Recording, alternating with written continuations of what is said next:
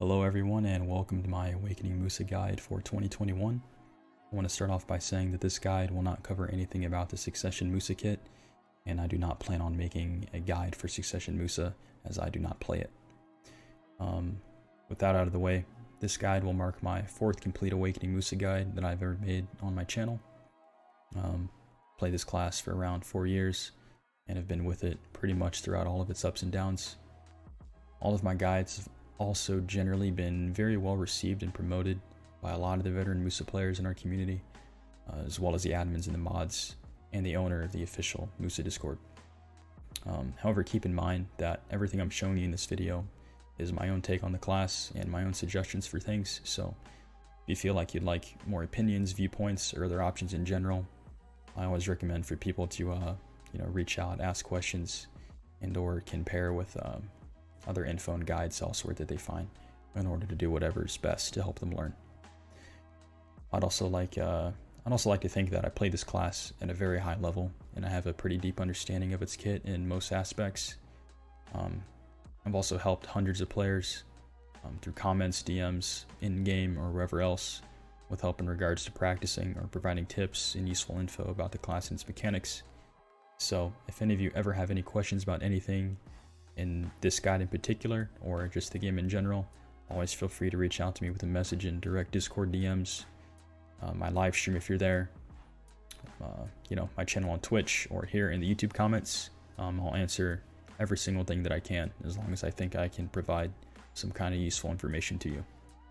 And if you do find this guide to be useful, and maybe you want to get more information or be involved with my own content creation, then you can find my Twitch channel in the description along with my Discord community server, and you can also subscribe to this YouTube channel here. And I hope you enjoy the guide.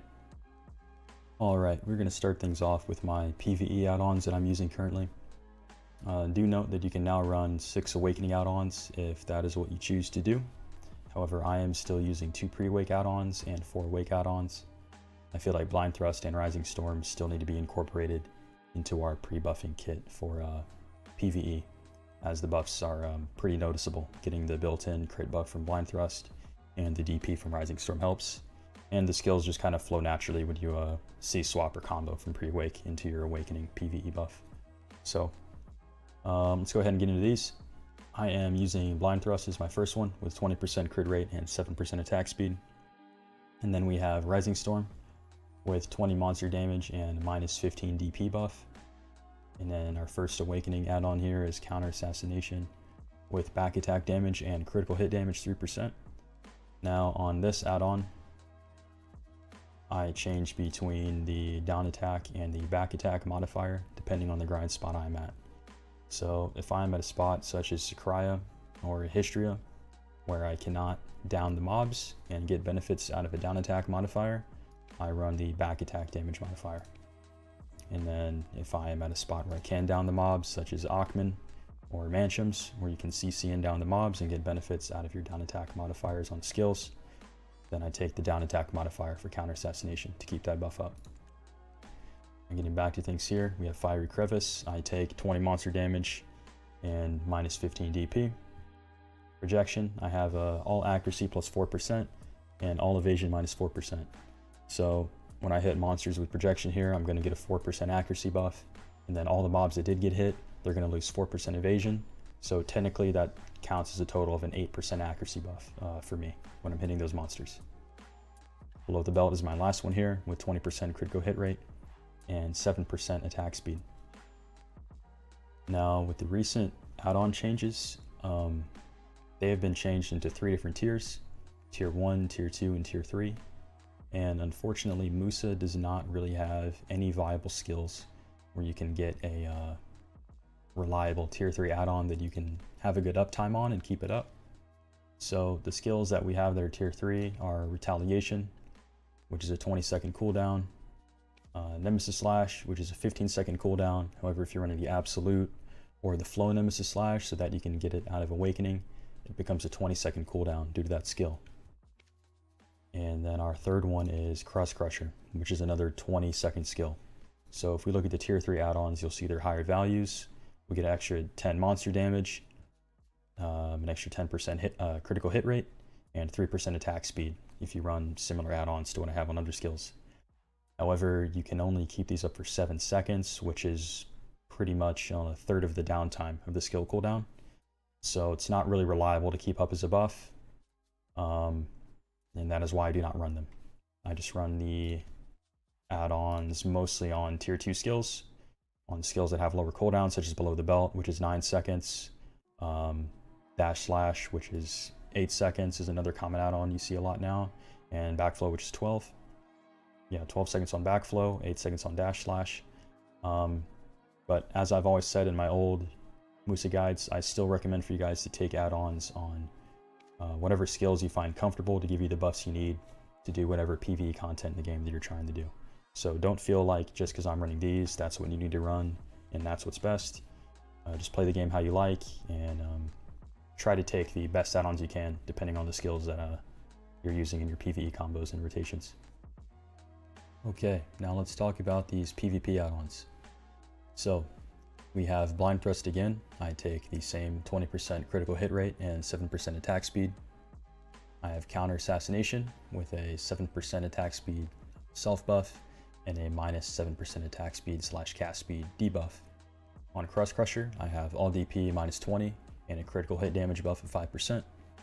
I see some people run a 30% critical hit rate buff on this, but I can't justify doing it, and I don't really know why some people take this, because your natural follow-up, being foul play, is a 100% critical hit rate skill, so it has no effect on foul play whatsoever. So the only situation I think maybe you'd run that out on is if you're leading with foul play, maybe in like 1vx and large scale, and then you're full comboing with all of your super armors afterwards, like Below the Belt, crosscut, backflow, that kind of stuff.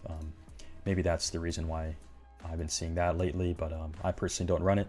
I find the critical hit damage to be more beneficial for the foul play damage and the follow-up that you do after it, but that's just how I use the skill. So projection, I'm running the same, all accuracy plus 4% and all evasion minus 4%. And for Below the Belt, we have a critical hit rate plus 20% and attack cast speed plus 7% again. Dash Slash is what I'm running as my 5th Awake add-on. We dropped Rising Storm, as you don't really use that in PvP. We take a minus 15 DP and a 100 damage bleed on this. Now I will go ahead and explain my thought process behind taking some of these PvP add-ons. So these are kind of just tailored for 1v1s and small 1vx situations, such as like Node Wars, or maybe where I'm like 1v2ing, 1v3ing, 1v4, I mean, you get the idea, like small scale PvP kind of stuff, and then 1v1s. I also just recently won a North American BDO tournament and got first place using these exact add-ons on my trial character, excuse me. So for Blind Thrust here, the 20% crit rate and 7% attack speed, I take Blind Thrust because forward Blind Thrust in particular, is a very quick poke skill for fishing for CCs and catching opponents with a stiffness. And when you do, it allows you to, get a 50% crit buff when it lands, right? You get the 30% just from using the skill, and then 20% if it hits, and 7% attack speed. So this used to be a common add-on most people would take back when we were using Gale combos, but we have stronger combos nowadays. But still, sometimes you might go to that combo, or it's just good to get the buffs when you poke with Blind Thrust. It's just a skill that I use a lot in 1v1s in particular, when getting CCs on opponents, and I just like to have the add-on on it. I think it is worth using. Counter Assassination, I take a 7% attack speed buff and a debuff on it. It's one of the, probably one of the skills that you can maybe change out for something else.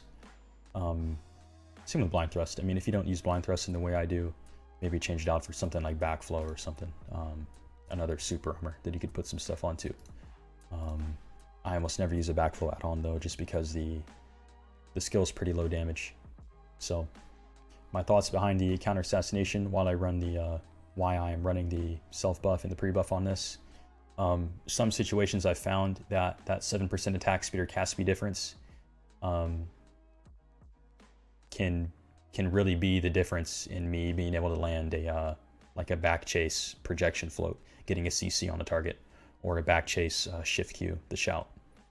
them being debuffed like that, even though it seems like a small amount, could be the difference of them chaining from one skill to the next one and being safe.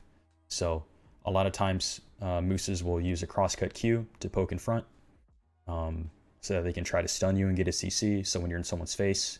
And it's something you can keep up that's protected. It's a forward guard, so as long as you're running into someone like in a 1v1 situation, it's pretty easy to be safe when you're poking with a counter assassination and get that CC. So you're going in, you're getting a 7% attack speed buff if it hits, and if it does CC, and you get the CC, I mean, you have your 7% attack speed buff, so you can follow up quickly, even more quickly, I should say, with a projection combo or whatever combo you want to choose. And the debuff is just there for poking. I mean, your add-ons go through blocks, so when you're going in for that, you're applying a 7% attack speed and cast speed debuff. And as I said, if you're looking for openings with you know, a back chase into projection afterwards, or like a back chase stun with your shout, I don't know, I find it to pay off for me. I get a lot of catches with that. And the debuff, I definitely have seen it work. The Crust Crusher here, I explained this just a few minutes ago, why I'm running that. All DP minus 20, it's a really hard hitting skill when it is able to do damage and you are able to fully commit to the foul play afterwards. Having the critical hit damage on there makes your foul play hit harder, as well as any follow-up skills you have after that. Projection, I'm running the all accuracy +4 and target evasion minus 4%. So that is essentially a 8% accuracy buff against whatever target I'm hitting. And I am running BON projection, but we will talk about the BON skills later on in this video. Below the belt, we have 20% critical hit rate and 7% attack speed. It's pretty much your go-to, your core super armor trading skill. You can linger it as well, great skill. A lot of people know Musa for below the belt. That's, I don't know, it's one of our most well-known skills. You use it a lot. It's got a low cooldown. Really good for going in to trade people to get your 20% critical hit rate and your 7% attack speed buff on it. So I feel like you have to have an add-on on that. That's just my reasonings behind that. Dash slash, many different situations for using dash slash. You can use it as a finisher to poke people. I use it a lot when I'm chasing between a target and maybe I get a situation where I'm behind them and then I can throw a BSR dash slash, the 10% BSR, to do a lot of damage to them. And it's also going to apply that 15 DP debuff on them for 10 seconds so that I can poke them some more and they'll be weaker. And I'll also put a bleed on them so it'll negate some of their potions. I've also had a lot of situations where that bleed has actually killed people during their escape, their V, both in the actual game and in situations like Arena of Arsha, where you'll CC a target and then hit them with Spinner, which has my bleed on it, and then they'll V because they're about to die, and then they'll bleed out because their health was so low. Yeah, those are the add-ons I run for PvP. Like I said again, for 1v1 and small scale scenarios, I do not siege on my Musa, so I imagine my add-ons would pretty much be the same though, but I'd probably drop blank thrust and use another skill like backflow or something. But yeah, that's the explanation behind the PvP add-ons that I'm taking. Okay, moving on to the skill tree here. I just reset my trial character so that I can walk you all through this. So if we press K and we start with the pre-wake where it says main here, at the top we're going to see slice X. This is just our basic auto attack. It's going to max this out for you. Deep slice and absolute slice you do not need to worry about. If you have points way later on, maybe throw some in there just cause, but it's not going to do anything for you. Divider, this skill is a heal. If you find yourself dying in PvE, you need to get some heal, you don't have any potions, maybe you don't have enough weight so you can't carry as many potions as you'd like to, maybe you spec it to Divider and use this as a heal. However, I keep the skill locked and I do not use it. And that's about that. Same thing if you're finding using this skill, take Absolute Divider, it does more damage, and I believe the heal is stronger too. Let's actually find out. So 5%, no, so the heal is the same, but the damage is going to be more. So if you want to use Divider, you can. I don't use it, so I lock the skill so that I don't accidentally input it. Backstep Slash, this is something you'll probably only use in 1v1s, and it has no other use other than that. It is an unsafe debuff skill. You can take the absolute and it ends up becoming a 50% movement speed slow. like this. I use it in 1v1s quite a lot and different skills. Some of the skills I use it out of are like below the, I don't have it spec'd yet, but I actually can't even spec it yet. So I'll talk about that once I get there, I guess. But out of below the belt, you can like C-swap and then input that pretty quickly. Or in other scenarios, you can throw it out there as a debuff. It is unsafe, but it's pretty quick and you can get away with it sometimes. However, if you're just a PvE player or a new player to the class, you don't need to pick this up. It's not going to help you in PvE. Blind Thrust, I recommend putting this to Absolute. Pretty core skill on the class. If not Absolute, just max it out to 3. The Absolute's just going to give you some more damage on a skill that doesn't really do any damage. So once you start using that in 1v1s and you're PvP practicing, just pick up the Absolute. Nemesis Slash, this is another heal. I do not take this skill at all, as it has some clunky flow inputs with other skills, especially when you take the Flow and Awake, Flow Nemesis Slash. It is a pretty significant heal, heals you for quite a lot, but I don't take it. I don't need the heal. If you find you need another heal, maybe you don't like Divider, maybe you need them both, then take a Nemesis Slash. Simple as that. Blind Slash. This is a quick float. I use this. It's another one of those things, only really going to help you in PvP.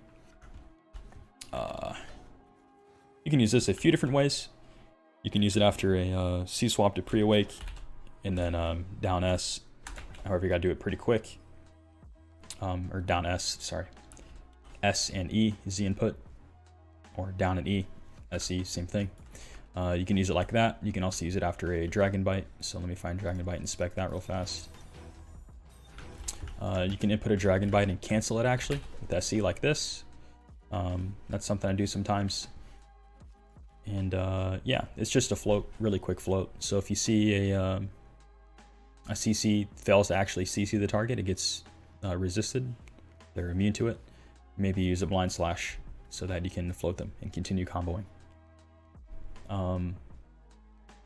No uses for PvE really.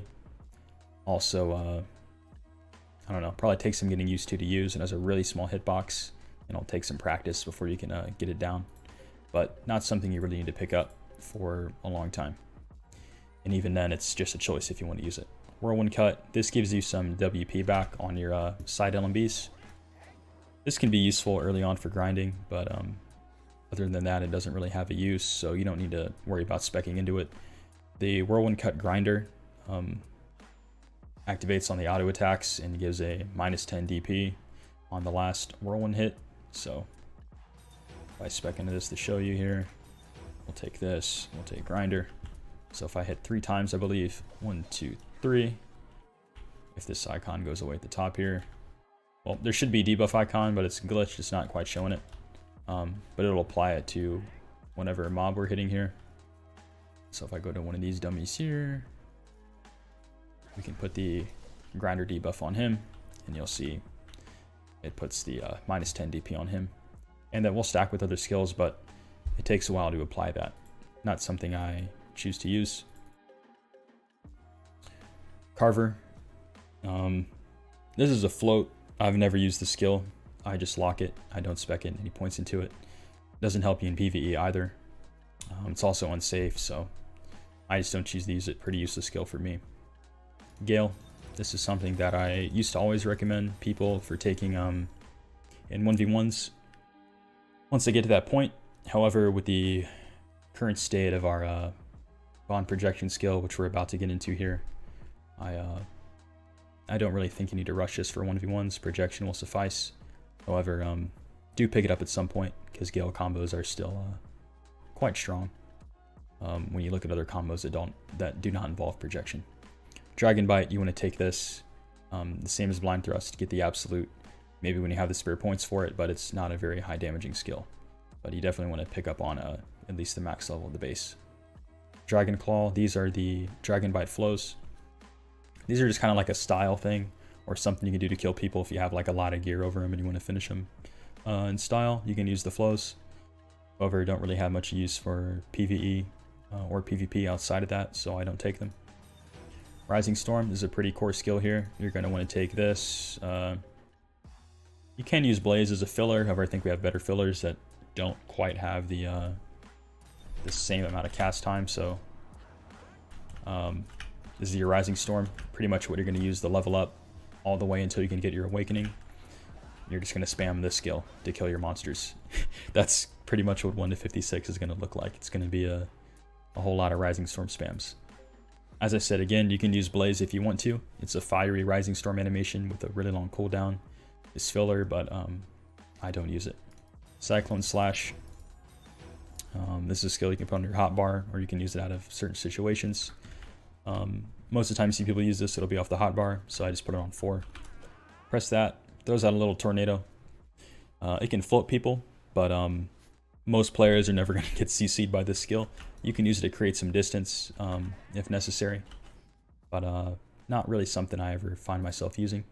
But pick it up if you ever want to mess around with it. Not something you need to worry about for PvE or rushing early on for PvP at all, though. Okay, continuing down the skill tree here, we have our arrows. So stub arrow, we're going to want to take this. If you're going to use the charge arrow stub cancel that I'm going to show later on in the video, I'm recording this guide in different sections, so I'm kind of having trouble following along in my mind of how I did things. So if you skip ahead, I'll have little time marks, timestamps in the comments, so you can skip around and check the video out at different points. But later on in the video, I'm going to recommend using a cancel mechanic with charge stub arrow, and it's going to require you to have evasive shot leveled up. So we're going to go ahead and take that. We're not going to take arrow grapple. We're going to take double shot, triple shot, and we're going to lock the triple shot. Locking triple shot allows us to use an instant stub arrow out of back chase, which is something I explain later on in attempting CCs and catching your opponent. That's later on in the video. But your arrows are very important, so I recommend taking stub arrow, even up to the absolute, because it gives you an extra, I believe, second cooldown off of it, which I don't know, may make a difference. Just take those arrows when you can. Very good. Triple shot as well. You're going to want to lock this. Double shot, you can't lock it. It's just it turns into triple shot and it locks itself once you lock that skill. Charge stub arrow, we take this. We take evasion. We take charge stub arrow here, and then absolute charge stub arrow. This is a good skill. Gives us an iframe too, if we just use the roll like that, which can be used to get out of different CCs, specifically like vacuums, like a mystic vacuum, for example. Pretty good. Other than that, the only other iframe we have is our back chase, or chase when it's off cooldown. It's an iframe.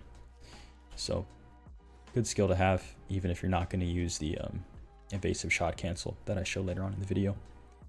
Blooming. This is a another skill that you probably don't need to take for PvE at all. For PvP, I usually recommend taking level 1 blooming for the quick catch. However, if you find yourself liking the utility that full blooming gives you, that's something you could try as well. But most of the time when I am using level 1 blooming, it'll be either maybe after like a linger, which I can't do yet because I'm not spec'd into it, but let me spec in the chase real quick to show you this right here.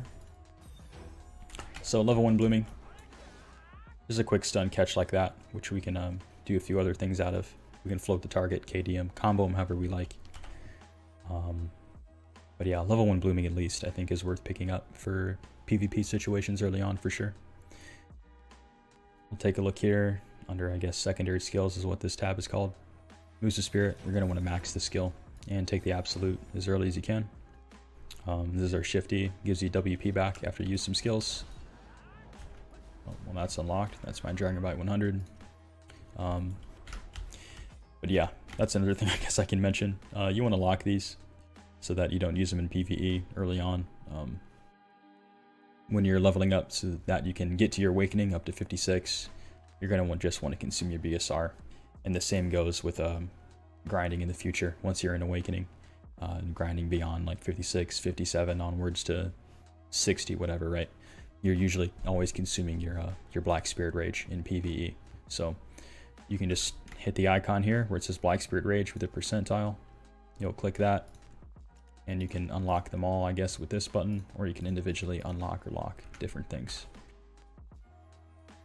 Now, where were we here? Okay, back to Absolute Musa Spirit. Our Shift D gives us WP back when we press it. 12-second cooldown, great skill. Retaliation Stance, this is our block. No point to level this up really.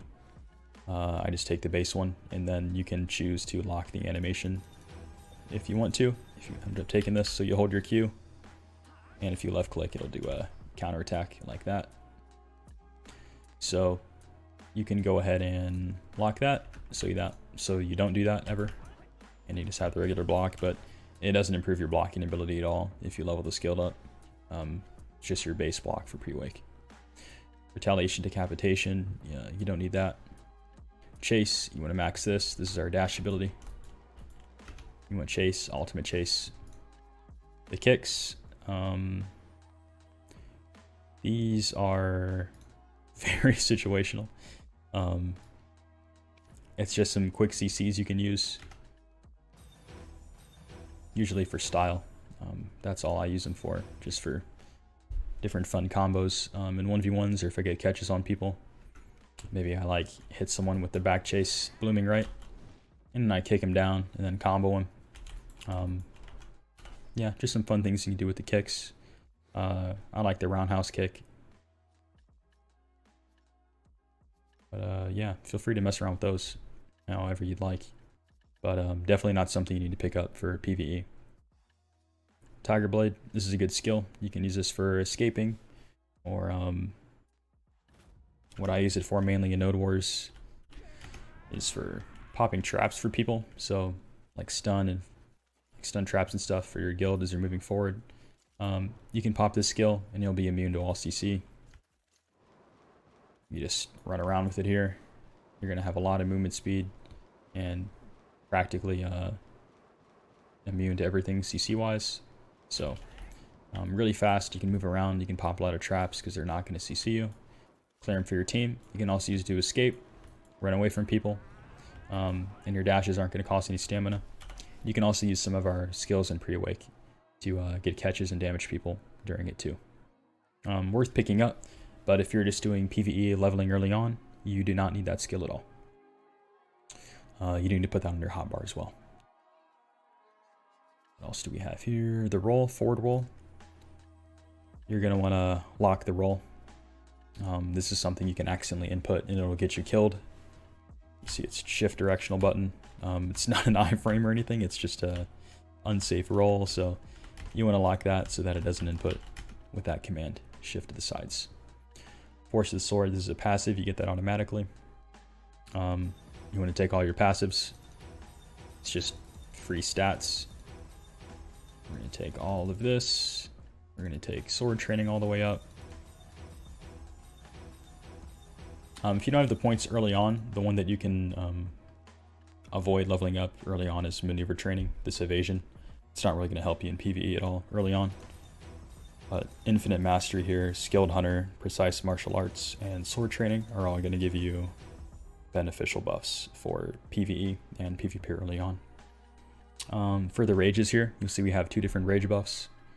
They're both different here. This one is at 100%, 25% attack speed, and this one's 30 AP and 25% attack speed. Now, if we hover over this, it says absorbs the power of the Black Spirit to get a special buff. So when this meter down here reaches 100%, you can press that to consume it, and you get the buff that it says. If you look over the common one here, if you lock this skill, special class specified skills will be activated. There's the innate version and the common version. So if you lock this, Rage Absorption Common will be activated. We're going to want to lock the innate one since it is not as good as the common one. So we go ahead, we lock the innate, and then we always get the Rage Absorption Common, which is going to give us 25% attack speed and 30 AP. This is your Rage Transfer. So this is your X ability, which is this. This will give people your BSR percent here, your Black Spirit's Rage. Generally this is used in like Node Wars or Siege for feeding people that have good 100 or 200% ultimate abilities, so that they can do some cool things with those. If you're not in one of those situations where you're doing that, keep it locked, because you don't want to accidentally input X. If you input X and you're doing this transfer, you can potentially get killed since you can't really move for a little bit here. So keep that locked. Emergency escape, this is your V. You get this by default. And that is going to cover the pre-awake tree. Okay, so moving on to the awakening side of the skill tree here. To do this now, when we press K, you're going to do the you're going to need to do the awakening quest line, and then you're going to press awakening up here in the top right. Then you're going to press awakening again, and you'll be spec'd into awakening. So now I have access to all of these great skills here. Some of these you're going to get by default. You'll see again, this is your basic attack with the Crescent Blade. It's going to max that out for you. It's going to give you counter assassination, and I think that should be it, besides Musa's Soul, which is your E buff. Some people choose to lock this and put this on their hotbar or a little cooldown bar so that they don't accidentally press E and consume it like this. So they lock it and they keep it on a bar on a button, and they'll press that button to get the buff. You can do as you will with that. I usually just tend to keep it unlocked and press E to get it. But yeah, that's about what needs to be said about your E buff here. 50% resistance, 20 AP, super armor while using crosscut. It's been changed a few times, but one of the weakest E buffs in the game right now, but still usable. Use it whenever it's up in PvE for a little bit extra damage. Musa Resolve here. Shift Q. This is one of our largest AoE CCs. Really good skill. It's our shout. Definitely pick this up for Awake if you're doing any PvP. For PvE, it does nothing at all besides maybe aggroing some mobs, helping you pull them together. Can be useful for that. Not really something you need to worry about picking up too early on though if you don't have the points. Only use it if you want it in PvE for grabbing some more monsters, or if you're getting into PvP. Twister, this is something you want to pick up. Really great skill. It's spammable off cooldown, and it does decently good damage when you use it off CD. So every 2 seconds we can pop this between crosscuts to get Twister off.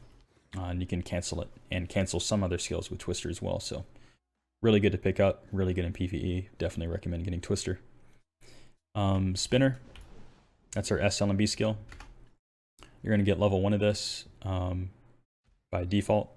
You don't need to level up at all because you're never going to use any of the damaging skills from it. So don't worry about that at all. You're going to want to take Dash Slash. This is really good skill. It's a super armor now. You'll have to hotbar this, otherwise you have to go through the whole spinner animation. So we'll put it on 1. If I press 1, we'll use Dash Slash. But this is a great skill for PvE and PvP.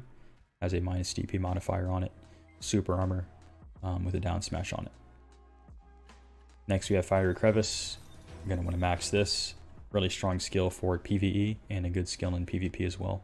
Also has a debuff on it, and it is a CC. Crosscut. You're going to want to max crosscut as well. This is our side left click ability. Super armor and does decent damage in PvE and allows us to use many of our other skills. Backflow. This is a flow that we can use out of crosscut and below the belt. So we can do crosscut, input below the belt. It's not the greatest damage, but again, it's a super armor and something you can kind of spam in PvE. Cooldown, it's like 12 seconds or so, so worth taking though. Good for PvP as well. Gives us another SA, commonly used in our SA trades. And for below the belt, it's the same thing once I take that. So I'll just go ahead and take that real quick. Below the belt, there's the backflow input. Next up, we have Eradicate. This is our new skill. You're going to want to pick this up as early as you can in Awake. Something I definitely recommend locking. If you do not lock this skill, it messes up some interactions that I talk about later in the guide. I'm not going to talk about them again here because I'll be repeating myself over and over, but later in my guide, you'll hear me talk about why I lock this skill. It's because it messes up some good interactions that you're going to want to have that'll enable you to CC people or forward chase towards targets and use different skills. So go ahead and lock this skill. throw it onto your hotbar somewhere. Let's put it on 5, and you can use this in different ways. I talk about later on. I'm not going to go over it again, but definitely a skill you want to pick up. Gives you an accuracy buff. It's a super armor. Does decent damage. Projection. You're going to want to take this to at least level 1 for both PvP and PvE. You're going to want to pick it up, especially if you're running the add-ons I am. Max it. Flow extra credit. You can want to take that too. Having this max also allows us to take the core projection or the bond skill. Crust Crusher here. Gonna want to max this too. Basically everything in Awakening you're gonna want to max. It's all your most damaging abilities if you're playing Awakening Musa. Crust Crushers are frontal guard attack or half frontal guard attack since it's not complete. It's a KD, CC. You can run decent PvE add-ons on it too. It's got good damage. Foul Play is the follow-up. You're gonna want to take that as well. Does a lot of damage. One step back. Usually just use this as a filler skill. And as a super armor on it now, but it has gaps. It's your back F. Does okay damage in PvE. PvP, you almost never use it. Fiery Angel. This is a good movement ability. I recommend picking this up whenever you can. It's good for moving around and pre-buffing in PvE and PvP, as well as CCing your targets. Flow Nemesis Slash. We talked about this before. If you take Nemesis Slash, and you find yourself to be using that skill, then pick up the flow for Awakening so that you can get some of the interactions with it. However, I talked about it before, but it can mess you up and potentially get you killed if you incorrectly input that skill. And then our bond skills, we're going to go ahead and talk about these next after we do our bomb skills here. So for bomb skills, you have a couple options, but there's pretty much you run the same bombs for everything. The other ones are just pretty terrible. So for the level 56 one, the Musa Spirit with a Rising Storm and Blind Thrust, you're going to take the Shift X Ultimate Musa Spirit. This is going to give us a heal of 450 health. It's also a slight a little like a small AoE mob pull, so you can use it in mobs to pull them together to aggro them. And it also gives you a DP buff and 30% critical hit rate for 10 seconds, so it combines your Blind Thrust with the heal and gives you some magic DP. So we can pop the Shift X on top of the Rising Storm DP buff, and we'll get 20 DP plus 15 magic DP. For the level 57 Rabomb, you're going to take Quick Shot over Pouncing Dragon. Quick Shot is a ranged CC with a 15-second cooldown, similar to our Stub Arrow, but has a 100% crit rate, and it has a 10% movement speed debuff on it. So it does okay damage, and it's another ranged CC. It's great to have. Really good skill. For level 58 here, the other bombs here, it looks like I'm going to have to level up my Cyclone Slash for this. Yeah, let's go ahead and pick this up. For this Rabomb, not something you need to rush though. This is just used as filler. Gale Slash, some people take this. It is a forward guard, and does decent damage. I think it also is a CC, right? Yeah, but I don't know. It's really awkward to cancel and use, I feel, so I like to go with Storm Slash for both PvE and PvP. Just throw this on my hotbar here to show you. The skill actually doesn't have an input, so you have to quick slot it. So if I press 2 that it's on, I mean, I can backdash instantly like that. And does decent damage in PvE for filler, but I talk about that skill later on, how you can use it in PvE and combos, but it's basically just filler damage. I like Storm Slash. If you find yourself liking Gale Slash, go ahead and take it. Both of them aren't the greatest skills, but I do think Storm Slash is more useful in PvE. Time to talk about our bond skills here, or our core skills. There's 6 different options, but really only 3 are viable. One of them is Spinner, kind of a joke of a skill. There's no situation where you'd ever probably consider running this at all. Fiery Crevice, that's one of the 3 good options you could take. It puts a super armor onto a debuffing CC ability, which does decent damage. So that's an option. Crosscut, another skill you'll probably never put it on. Crust Crusher, another skill you're probably never going to put it on. It says forward guard while using the skill, which you may find funny because it says the skill is forward guard.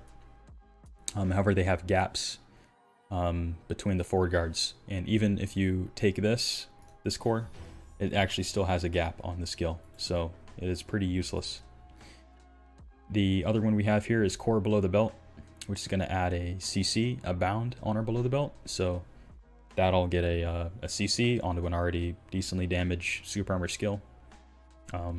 That's another option. And then the number one option that I recommend you taking for both PvE and PvP, in almost every scenario, is going to be core projection or bond projection. Now, this puts a super armor onto one of your CCs, which has a really high accuracy, summon accuracy in particular. It works differently than base accuracy, and the damage is harder to negate.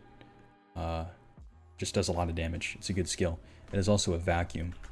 So when we use, let me just make sure this is locked here. I'm gonna lock all these so I don't ultimate. This is your projection skill.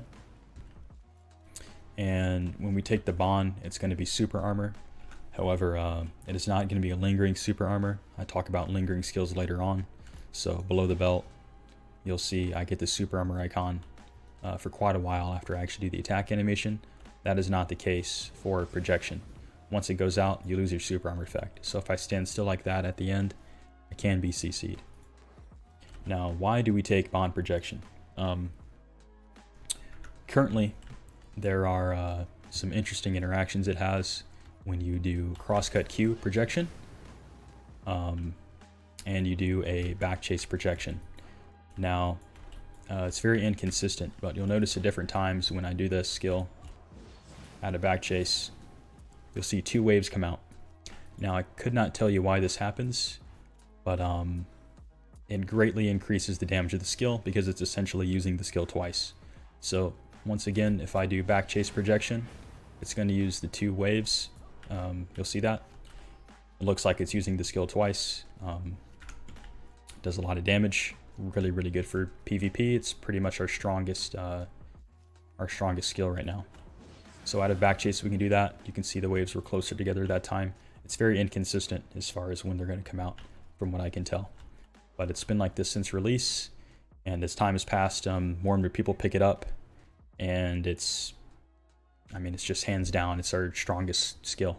It's a vacuum that does a lot of damage with very high accuracy, so it's just a no-brainer to not use it. You also get the same effect from crosscut Q like that. Not much else to say about that. Yeah, bond projection, that should be what you take, the core projection skill here. In some 1v1 situations, you may use below the belt for the CC and the super armor. I'm going to link a video in the description from a friend of mine, not dead yet. He has a good video talking about the bonds and which he uses in different PvP scenarios for like 1v1s, 1vx, node wars, stuff like that. He goes into great detail about why he uses different core skills, and also specifically which ones work in different matchups for different classes. So it's a pretty good video, so I'll link that in the description, and you guys can check that out if you want more info on why you maybe want to use below the belt in certain 1v1s against classes where projection might not be the best pick, even though it is a super armor vacuum. A lot of classes can avoid the damage because they can iframe out of it and avoid it, and then go to CCU. Okay, now with bond projection, the skill offers you a very unique playstyle, having a super armor vacuum on a low cooldown, which also does a lot of damage. So you can use this skill in a lot of different ways. So not only just with getting like a CC and then comboing your opponent with it. You can just use it for just winning just straight up super armor trades, damage trades, and also baiting your opponent to use different skills to try to escape it if they're caught in the vacuum. So we could be moving around the opponent in different ways, right? And then maybe I get the opportunity to throw a projection and I run away. Maybe it doesn't CC that opponent there. These dummies will always get CC'd, but let's say I use the projection there and he didn't get CC'd. and now my opponents may be using forward guards to soak up some of the damage so that they're not getting hit through super armors, taking a lot of damage. Let's say they're throwing some forward guards, right? So I throw the projection, it doesn't CC them, and it's soaking up, they're trying to soak up the damage with forward guards. That gives me the opportunity to maybe move around my target while they're stuck in the vacuum and throw damage from different directions, right? Or even throw some CCs. So I could throw a projection, and then I could even back chase behind them if they're using a forward guard and hit him with my Musa's Resolve, for example. Or move around him just all different ways. A lot of different things you can do. You like projection, then we can below the belt, and then we can try to bloom catch like that. Many different things. So opens up a playstyle that we didn't have before, being able to sit around our vacuums. You can move around it too. It's a really big threat. It's a kind of a lingering vacuum as well because the animation's so long. So you can like put a wall in front of yourself, or you can use it to back off. It's a really big threat that people aren't going to want to walk into once they see how much damage it does, or the trades that they have to take if they end up getting themselves caught in it. So a lot of stuff you can do with the skill. Like I said, does a lot of damage when you use it from back chase or from crosscut Q into projection. Alright, now we're going to go over some PvE combos and PvE self buffs that you're going to want to keep up throughout your grind. On the left side of the screen, you're going to find my keyboard inputs. So this can be helpful to those of you who maybe are having problems following what keys you need to input for some of these combos, what buttons you got to press. So you can pause or slow down the video so that you can follow along with that, if that'll be helpful to you. And to start things off, I'm just going to do a full speed PvE combo, and then we'll go through it slowly, and I'll explain you know, what skills I'm using, what add-ons I'm getting from those skills, like the purpose behind it, and then what filler that I might use at the end if monsters are still alive. So let's go ahead and do that.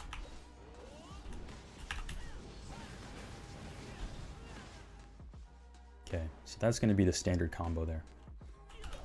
Now that combo is going to be a forward blind thrust, followed by Rising Storm, and then dash slash from the hotbar, and then a crosscut Q cancel, crosscut Q, projection, extra credit to flow, below the belt, and then Fiery Crevice. Now, we'll go through what add-ons I'm actually getting from all those skills, so what the benefit is. So when I lead with a forward blind thrust, you'll see I'm getting 7% attack speed, 20% critical hit rate, and then the 30% built-in critical hit rate. So this is an absolutely great skill. This is a great skill to use to start every PvE combo. You get 50% critical hit rate, and then the 7% attack speed to you know, make your next skill succeeding it just perform faster. So we go from a blind thrust into a Rising Storm. Rising Storm is going to give me 20 DP self buff, 20 monster AP, and then also you see the Scarecrow top of the screen. It is going to apply a DP debuff here.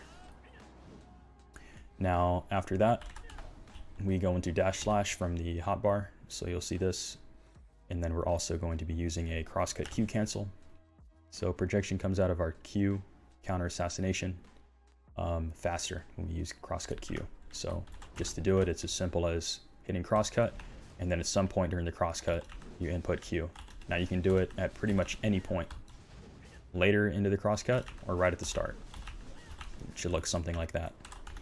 So when we do this full speed again, be like this. That's what it'll look like. And then as soon as your Q hits, you're going to do your shift R&B for projection, and then you're going to continue to hold R&B for the flow extra credit to go off. And then you'll follow the combo up with below the belt, and then your Fiery Crevice. So again, let's go through this again. Blind thrust, Rising Storm, dash slash, crosscut Q, projection extra credit, below the belt, Fiery Crevice. Now let's go ahead and say we just used our standard go-to PvE combo, right? And then the monsters are still alive. So if you're grinding it higher in grind spots, this is usually going to be the case. But you have a lot of filler damage on your Musa kit that you can use. So a lot of the times you'll just be crosscut spamming with twisters in between. Whenever the twister skill is off cooldown, you'll see here Twister. This has a 50% crit hit rate for PvE, so it does decent damage. And it's a 2-second cooldown, so you can kind of just spam it between stuff. So you can do like this, backflow Twister, that kind of stuff. You can crosscut into QF spams. you have your 1 step back that I just used there. 1 step back. We have our new skill, Eradicate. The damage is decent on it. Mainly we're just using this as a accuracy buff, but I'll get into that soon when we talk about the pre-buffs. And then you have Storm Slash, which is our 3rd Rabomb skill, which is the Rabomb skill that I choose to take. Even though it is unsafe, the damage is better, and I find it to be pretty useful for PvE as it cancels really fast. So we can get the skill off like that pretty quick. You can cancel out of it. But yeah, that's just some of the filler I use, and then obviously you have like your Crust, Crusher, Foul Play, which should do a decent amount of damage in PvE. So just pretty much spam your skills depending on the life of the monsters, and if they're still above 50% health, then maybe just reposition yourself and go back into your full combo again, right? Until the monsters are dead. Now let's talk about some PvE pre-buffs that you're going to want to keep up. These are going to be your Spinner, which is going to give you a 10% attack speed buff, and our new skill, Eradicate, which is going to give you a 9% accuracy rate buff. Now, both of these skills, you can use them whenever, wherever, and you do not need to hit a target. So I do not need to hit this scarecrow to the left of me here. If I just input Eradicate, I will receive the 9% accuracy rate buff. And if I use Spinner with one of its cancels, such as Fiery Angel into Spinner, forward F into S left mouse button, I will receive the 10% attack speed buff. Now for Eradicate, we can use it quicker to get the buff faster, so I can input Eradicate and then back chase. Currently, we do not have the ability to forward chase out of Eradicate. Maybe they'll fix that in the future. I hope they do, because then I think a lot more people would unlock the skill. With that being said, I recommend you lock Eradicate and you just keep it on your hotbar, as it messes up some of your interactions with other skills because it shares similar inputs. So it gets rid of some useful interactions, such as forward chasing, crosscut counter assassination cancels to catch people, and things like that. So I recommend you just lock this and put it onto your hotbar. Eradicate, back chase, 9% accurate buff. And the Spinner cancels, there's a few. Some of the most common ones I like to use are you can use from a forward or a back chase. So if I forward chase with an auto attack, or I back chase with an auto attack forward, auto attack meaning like LMB, and then I input S LMB, I will get the Spinner buff. So if I back chase, forward auto, down, or S LMB, I will get the 10% attack speed buff. So we'll do that again. I get it again, and then you can do the same out of a forward chase as well. Like that, right there. You can do these quicker as well. So when you get really fast at it, you can do it like this, which makes it able to keep up pretty easily in PvP. You can just practice doing something like this to do it. Just doing this over and over until you get the hang of it, of keeping it up consistently. It's just chasing forward and backwards while inputting a forward auto attack and then SLMB to keep it up. And you can chase cancel the Spinner part of it to do it over and over and over. Fire Angel input into Spinner is also really nice. You get to create yourself a little bit of distance and then input Spinner for the attack speed buff. So that's just going to be your forward F and then SLMB. We also have an input for Spinner where you can get the buff out of below the belt. That's another common one, and also kind of useful in PvE. So if you ever pop below the belt, you need to get your attack speed again from Spinner, and you don't want to do, you know, this or Fire Angel into it. Just use your below the belt, input your Spinner, and there's your 10% attack speed. You can get it out of Fiery Crevice as well. So if you do F, SLMB, 10% attack speed.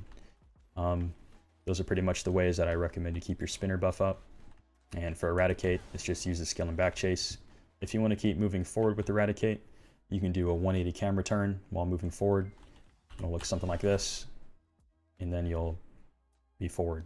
So until they allow us to forward chase with the input, kind of just have to do that if you want to keep your momentum moving forward right now. Maybe they'll fix that in the future, as I said, but those are two of the Musa self buffs you want to keep up: your 10% attack speed and your 9% hit rate. So as an example of how I would keep these pre-buffs up as I'm moving from pack to pack, let's say I just killed a pack of monsters where I'm standing here and I'm on my way to the next pack in front of me. I can get my spinner buff and my Eradicate accuracy buff in many different ways. So let's say I want to move with Fire Angel like this, and then pop Eradicate right after, right? And do that. So full speed will look something like this. Let me wait for this cooldown here. Do like this, and then Eradicate, and then I can just move into my whole combo that I showed you previously, like that. Moving from pack to pack. You can also just be chasing forward for your spinner buff, like I showed before, like this. And then do something like this, right? Where you're going to combo the mobs, and go into the standard combo once again, and then whatever filler you want at the end. That's just showing you guys a way of how you can move from pack to pack to keep that stuff up. And if it comes off cooldown and you need to use this filler, I mean, just throw that thing in. Just throw Eradicate in there for some damage, you know. Just use your skills where you need them as your fillers in PvE after you full combo with all of your buffs up. I thought we'd go ahead and give some live examples on what it looks like to use my PvE rotation in actual PvE, and then how you can be moving around and getting your pre-buffs. So let's say I'm going into a Stars End pack, right? We're going to get some mobs together like this. We're just going to go near them to aggro them. And then as these guys get close, I'll just pop my spinner, Eradicate, and then we'll just lead with the combo I showed you before. Might be kind of hard to see with all the monsters on top of me, but shouldn't be too hard to follow, hopefully. We'll grab some more monsters here, use our arrows, maybe we use our shout to get some more mobs.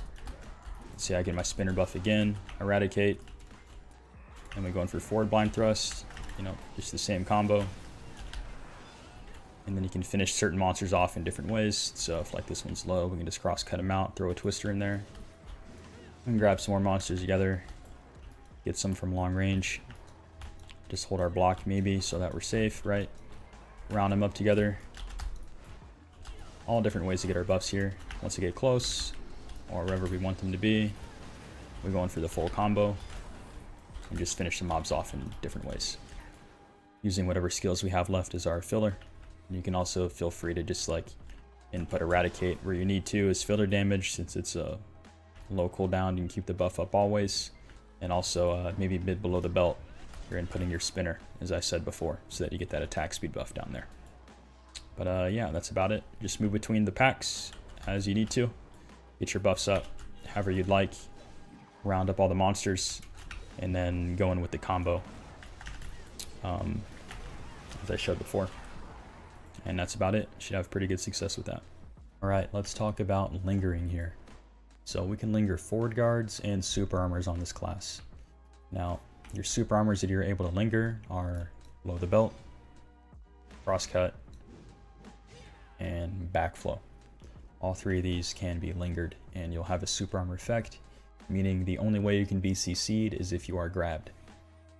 All of these skills have the exact same animation, so this is a very easy thing to pick up on and learn.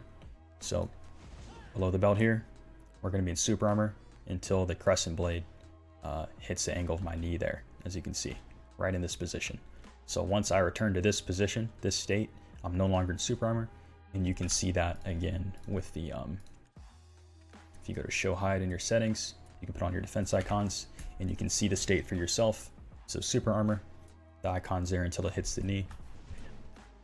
The same goes for your crosscut animation, is the exact same. And the same goes for your backflow animation, and it's exactly the same. Now for our forward guards, we have our awakening to our pre-awakening C-swap, which is a forward guard until the blade returns to the hands, or the center of your character, I guess I should say, bottom of your chest there. And an awakening, as you'll see, is the same as the super armor animation. Once it hits the knee there, it goes away. Your forward C-swap to pre-awake is going to look like that, and your forward C-swap to awake is the same exact thing. So these are all tools you can use to your advantage here. So linger your super armors to bait people, or just be safe when you're at standstills. Same with your forward guards. You can put your block up, maybe absorb some damage. You know, just use those how you will. Very good things to get used to using. Super armor trading. What does it mean to super armor trade? super armor trading is when you and your opponent are in an instance where you're basically just clashing back and forth, right? So let's say I'm in someone's face here and I'm just using all my super armors here. That's basically all a super armor trade is. You're using your safe abilities, engaging with them, and you're trying to come out on top with doing the most damage to your opponent. Many of our common trades is we'll go in, you know, for some damage on someone. Like I run a below the belt add-on, so I go in, I pop my below the belt. You know, I'm getting my my add-ons, my buffs. Maybe we're applying debuffs depending on what add-ons you're running or what skills we're using, right? So we're going to the opponent, we're using some damage, moving around him, using some safe super armors, and then we're getting out of there. That's all SA trading is. All right, we're going to talk about mouse moving here. So to mouse move in the first place, your default input is going to be control. Usually left control is what you're going to use. And I kind of like to keep my, my hovering cursor right here to the bottom right of my character. I'm just comfortable with having it there and knowing it's always there. In a lot of my videos and my streams, people will see that I'm also, I often reposition this here right below my character because I'm used to using certain mouse moving techniques from this position and knowing that my cursor is there at all times. But anyways, you can mouse move almost anything in this game. I mean, I can mouse move below the belt.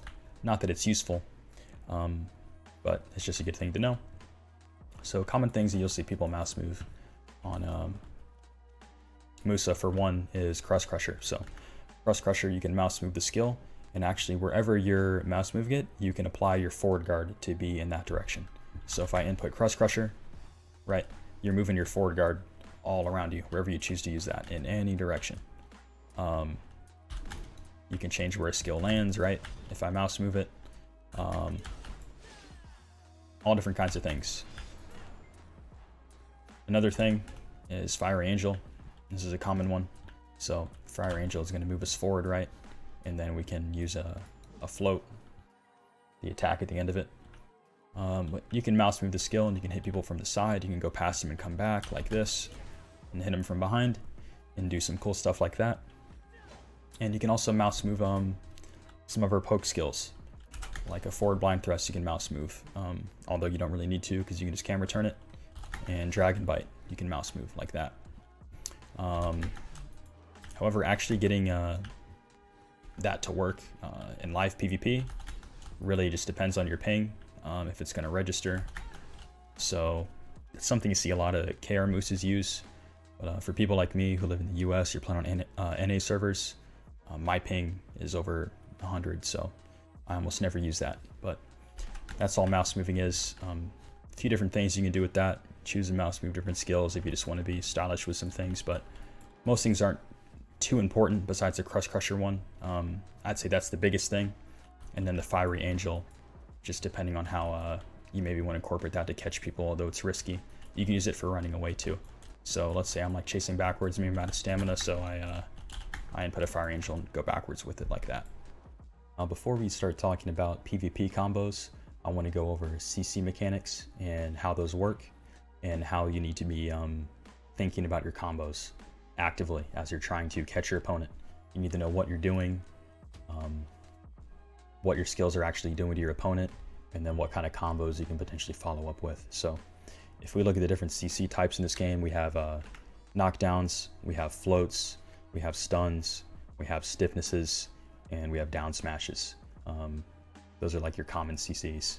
So on our kit as Musa, we have like our arrows, like our stub arrow, a quick shot, stiffness, right? We have our forward blind thrust, stiffness. All of these skills are stiffnesses. And these are short CCs, and they also have a count that's given to them of 0.7. So we look at 0.7 here out of a CC limit, which has a limit of 2. So 0.7 out of 2.0, which means we can fit more skills up to 2 until we reach that number, and we'll be able to continue CCing our opponent until we reach 2 or go beyond it. So we go from a stiffness here to a stun. A stun counts as 1. So stiffness counts as 0.7, a stun is going to count as 1, a knockdown is going to count as 1, a float is going to count as 1, and a knockback is going to count as 1, along with a down smash. So for one of our combos here, One of the new ones I'm going to be showing you. It's going to be an arrow followed up by a dragon bite, which is going to be 1.7. You have the 0.7 from the arrow stiffness plus the 1 from the dragon bite, that's 1.7. And then you're going to follow up with dash slash, eradicate, back chase, projection. Projection will be your final CC. And then below the belt, fiery crevice. So full speed on this dummy here. You're going to hit it with arrow, dragon bite, dash slash, eradicate, projection extra credit, below the belt, fiery crevice, like that. That is going to be the combo. When it comes to comboing on our class, or just mainly any class in general, you don't need to feel like you need to always commit to those standard combos, like the ones I just showed you previously. So every arrow you get, I mean, you don't have to follow up the same way with the dragon bite into the dash slash, eradicate, into your projection and all that, right? Depending on your opponent's gear and your own gear, and once you get used to fighting with your gear and you know how much damage you do with certain skills, and to other gear levels in certain classes, you'll have a better understanding of how you need to combo that opponent. And then also another important thing when you're fighting people is, I mean, you look at their health bar. So for these dummies, obviously you can't see it, but at the top of your screen, you know, when you're fighting someone, when you're poking or trading with different abilities, you'll see how their health moves. So you may be able to pick up on, all right, if I get a certain kind of catch, I can combo them a certain way in order to kill someone quicker. And those are sometimes things you need to think about when you're in like a node war, for example, in 1vx scenarios, where you don't just have one opponent to worry about. You have like one to your side, on both, like behind you, everywhere, right? So you could be surrounded by people. So if you get certain catches, you have to know different ways to finish people off, right? If you do end up catching them. But those are just things that you'll pick up as you become more experienced with the class and actually doing things in like the real PvP world. But you have a lot of versatility when it comes to comboing people and what you can do off CCs.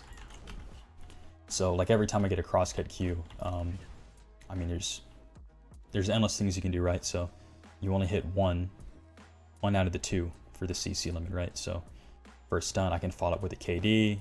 I mean, I can do a stiff into something else if I wanted to. I can float them. I mean, there's so many different combos you can come up with. I'm going to give you guys some strings, some combo strings in the description of this video. I think that's more useful than me just going through and showing you a bunch of made up combos, but as long as you're killing your opponent with whatever skills you choose, I mean, that's a combo. So like before BON projection was a thing that we still need to talk about, a lot of popular combos came from using blind thrust into different Gale. That's like the Gale cancel animation, or into the full Gale combos. I mean, you have shout catches, so you can catch people with your shout, reposition, hit them with the Crust Crusher foul play, and like just that skill alone may kill somebody, right? So don't feel like you always have to follow like the same basic strings you may see like in my guides or in discords, or that people are like telling you should be using, wherever it may be, right? Just use things and tailor them to I mean, your own playstyle and your own gear, and get used to doing that. And it will change. So if you get more gear, I mean, your combos will change. This is naturally what happens. So just keep that in mind when you're comboing. I really don't have much else to talk about as far as combos go. The few that I gave you are very strong, but so is just, I mean, pretty much anything else. That probably is your strongest go-to if you don't have enough gear for high DB targets. Like if I'm fighting someone that's relatively well geared, we're talking like more than 350, 360 TP, whether that be on DR or evasion, I probably have to use one of those strings. But in some situations you can't fully combo because of debuffs that are on you too. So if I'm attack speed, movement speed slowed, you have to do different things, different situations. So maybe sometimes I can only crosscut Q, back chase below the belt, fiery or something, right? Or maybe sometimes I'll get a catch and maybe an opponent I don't know their gear, like in a real scenario in Node Wars, and I catch them with an arrow and I go in right for the Gale, and I see their health's going to be it's not really moving during my combo, right? So you can just find different ways to disengage from a combo, like I can debuff with a backstep slash or something, or if I know I can't kill them, maybe I set up a kill for one of my teammates. Maybe I get an arrow catch, stun, and then I just crusher this guy or something and leave him on the ground for someone else to follow up on. But those are just some things for you guys to think about that I'm just putting out there. And I will include some more combos in the description for you all, but I do recommend you stick with those standard ones for now, just for learning. And then as you get used to those, or as you no longer need them, if you don't need to use the whole string, just find different ways to incorporate skills into your own catches and kill people however you want. That's the fun thing about this class. Whenever you get a CC, there's tons of ways that you can choose to defeat your opponent. All right, a question that I see a lot is, how do I actually CC my opponent? How do I follow up? And how do I engage properly? Now, this all depends on the class that you're fighting, as every class in this game has its own very unique kit through their debuffs, their self buffs, utility, protections, all those kind of things dictate how you should act and how you should play versus that class. And now there will be some people that play a class where you're able to exploit different openings and weaknesses that some inexperienced players may not be able to pick up on, or they just don't know about. So, I mean, all of those things just come with fighting different people. So as you get better at the class yourself, obviously you'll have more knowledge and more experience. And hopefully, as you fight all the other classes, you can feel what you can get away with for some people and not versus others. And then you can use those things to your advantage. So as far as engaging your opponent, a few different common ways we have are like forward blind thrust, dragon bites, quick stub arrows, quick shots, and in Awake we have stuff like our shout, shift Q. You have crosscut Q. When I say Q, I mean counter assassination. I just call this Q all the time, so my apologies if I confuse you, if you're kind of new to the class. But yeah, those are like a few different ways that we can catch people, but it's not always just as simple as pressing the button, right? So now we have the ability to see people's protections. Where this is at, actually. Is it here? Yeah, defense icons. So you can put on defense icons. You can see some of these people that are here in the battle arena with me, the different states. So I feel like I got a super armor. I'm in a super armor state here. If I use a forward guard skill, like a C-swap, it's that defense icon. If I use an iframe like the roll, it's that alert caution icon. But yeah, those are your different icons. And if you want to get help with like learning these things, you can play with those icons on. I don't really know everywhere in the game if they are visible. I think in Battle Arena, they are visible for the most part. Yeah, so we can see other people's icons, but I don't think in Arena of Arsha you can see them. Or in certain other instances throughout the game. Taking another look at our arrows here. I'm also going to show you guys how to do a charged stub arrow cancel, another range CC that you can use if you don't want to wait out the full 14-second duration of your stub arrow CD. However, keep in mind when you use this, for some reason, for years, whenever we've used stub arrow off cooldown, it still resets the cooldown and makes it 14 seconds again. So I'll show you here, 14-second cooldown. If I just keep inputting the skill, it'll keep resetting to 14 seconds, which is unfortunate. But sometimes you may be impatient, or you just see an opportunity to get another CC and you need that quick stiffness, and that's where this this cancel can come in handy. So it's gonna have a similar input with our back chase stub. So it's gonna be back chase and then shift R&B, our stub arrow input, so that we can do this cancel here. Now, if we take a look at evasive shot, it is A or D plus R&B. And then charge stub arrow is holding shift and pressing R&B to cast it. Now you'll take a look, this is a knockback. However, when we cancel it like I'm about to show you, it'll actually apply stiffness. I'll show you full speed just so you know what I'm talking about here. You'll see the target was stiffed. That's what it's going to look like. And all you do is your back chase stub like this. And then as soon as you do that, you're going to do your A or D, right or left, with your right mouse button, so that you evasive shot. And you don't need to land your evasive shot, it doesn't matter. It's going to shoot an arrow really quickly, and it does no damage, practically no damage, and it also doesn't have a CC on it. So you're also going to want to hold shift and then tap R&B so that you cancel the charge up animation of charge stub arrow. So for most people, I recommend for learning this, you can just hold shift at any point during all of this, and you can just tap R&B as much as you need to. So we'll do it again full speed. You'll see I'm just holding shift, and then I'm just spamming R&B, right? Your skill's gonna go off. So I'll do it again here for you. Back chase stub into the evasive shot. That's what that looks like. I always usually choose to go to my right, so D, so it's like D R&B, like that. And then at that point, once the evasive shot goes off, you're just holding shift and tapping R&B. Full speed once more. That is what it's gonna look like. And that is a useful range catch, along with our bomb, shift C, which is also stiffness. Yeah, those are good long range CCs. I mean, use them as you need to. You can be walking around, you know, putting your block up, and then maybe you see an opening or a chance to CC your opponent if they come in. And you back chase stub, or you back chase and do the charge stub cancel, or your bomb shot him.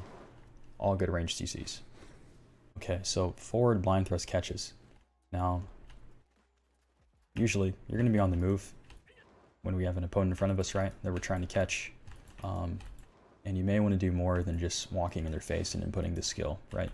Maybe you're trying to be more sneaky, you're trying to bait them to do something, or maybe you just want to be safer with how you're moving forward into opponent, depending on what that class is. So maybe we just move past them, right? Maybe we hit a blind thrust from the side, and we go to the side like this.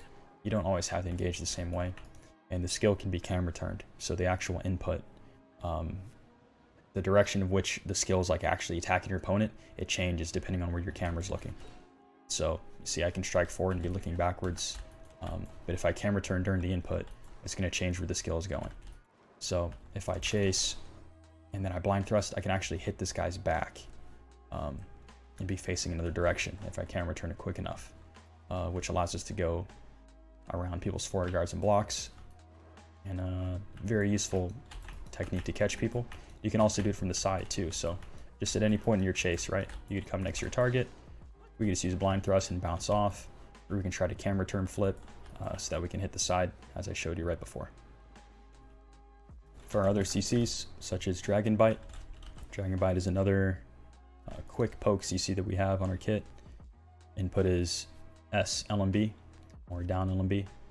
And it is a 3-second forward guard stun like this, and can be used in similar fashion as forward blind thrust. I pretty much use it in the exact same way. However, you can't chase out of it as quickly as you can in blind thrust. So most of the time you want to poke with Dragon Bite and then just back chase afterwards. That's probably the most common disengage from the skill. Is just continue chasing, move around your opponent with like your block like this. As I noticed before, don't know if I mentioned it already, but when you input left click after a chase while you're pressing Q, your block is going to come up quicker rather than just moving and then bringing up the Q block. It'll come up instantaneously. So Dragon Bite, good quick CC. That's a stun, a 1.0 CC. Okay, some other quick engages we have are with our counter assassination and our Musa's resolve, shift Q. Counter assassination most of the time, unless you're using this out of like back chase Q, you're going to want to input crosscut and then press Q. Now it has varying different speeds depending on when you choose to press Q, and it'll get to the point where it'll just look like you're only pressing Q like this when you're inputting crosscut with it. And that's what you want to work towards doing consistently. You want it to be this animation.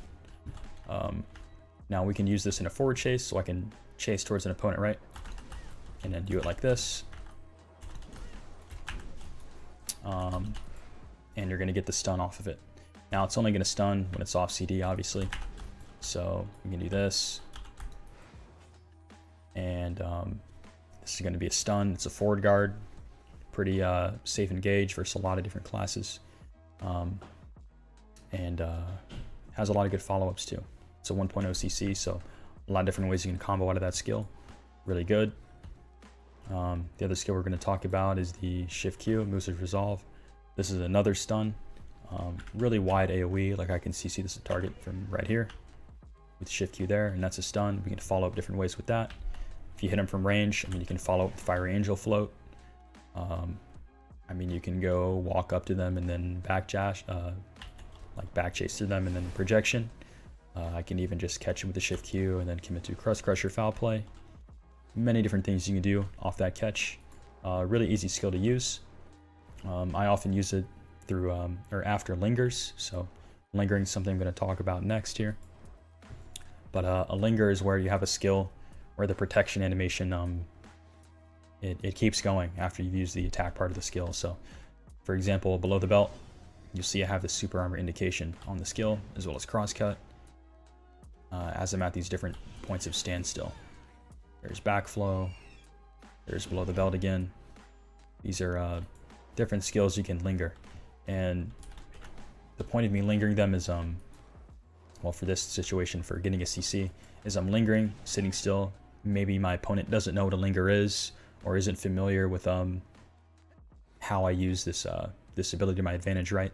So I'm lingering my super armor, and they come in for something maybe unsafe or forward guard, and then I can back chase and shift Q, for example. That's a way I can catch an opponent. Usually pretty reliable. It's a very hard skill to punish. Once again, it's really quick, hard to react to, instantaneous, and a good way to catch people off guard and get a CC. Okay, so let's look at some different buffs that you're going to want to get on your Musa in different situations, depending on what you're doing. So for early PvE, or maybe even XP grinding, depending on where you're doing that at, a lot of times you may use a beast draft. These are relatively inexpensive, gives you a little bit of offensive bonuses, but the main thing people are ever going to use this for is the combat XP and the skill XP. Really good for grinding out the skill XP you need early on, or moving towards different levels like 60, 61, 62. Maybe to place like Miramok Ruins, where you may not want to spend as much money, or you don't need the extra damage from different elixirs that you can run, so you just throw in a beast draft. Looking at other ones here, we have the Giants draft. This is probably your most common PvP elixir you're going to use here. It's going to give you AP, HP, special attack damage, crit, stamina, movement speed. These are relatively cheap as well, like 500-600k. You'll pop one of those every life in Node Wars, in Siege, and you'll just use those. Gives you a lot of good benefits. And then we have the Frenzy draft, which is usually accompanied by a Spirit Perfume elixir, so that you can get a capped critical, +5 critical hit rate, capping that out on our stat sheet here. You'll see if I use a Giants draft, it'll give me 3, which will cap me as I get 2 critical hit rate for my Cron Meal. So Cron Meal with the Giants draft is going to give me 5 critical hit rate, and Frenzy draft doesn't give me crit. So to get the 5 crit, I'm going to need another elixir, so we use the Spirit Perfume.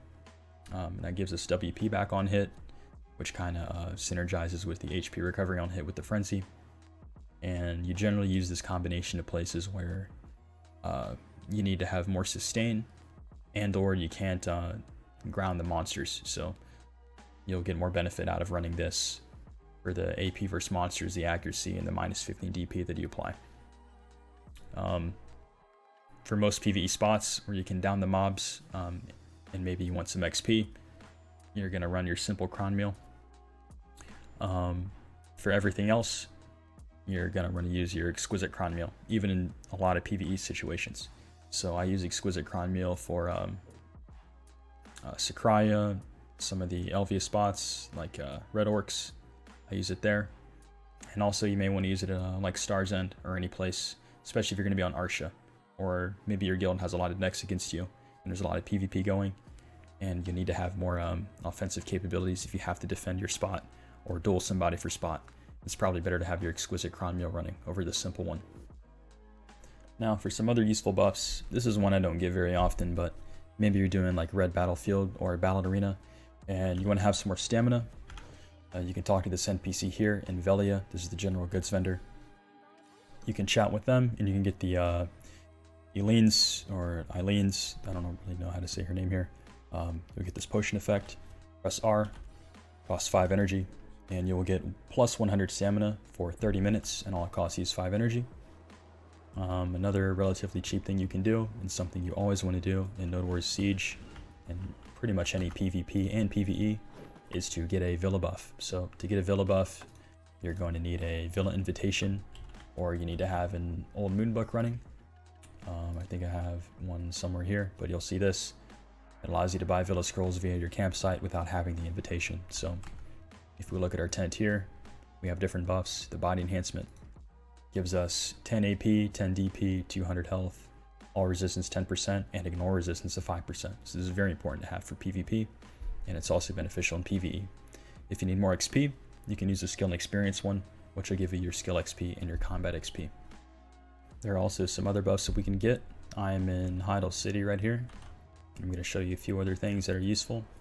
So once again, for Node War Siege, or just PvP in general, like Rad Battlefield, Battle Arena, open world stuff, you may want to grab a Caroline buff. So this NPC, you're gonna require some amity with, I believe, so that you can unlock the chat with her.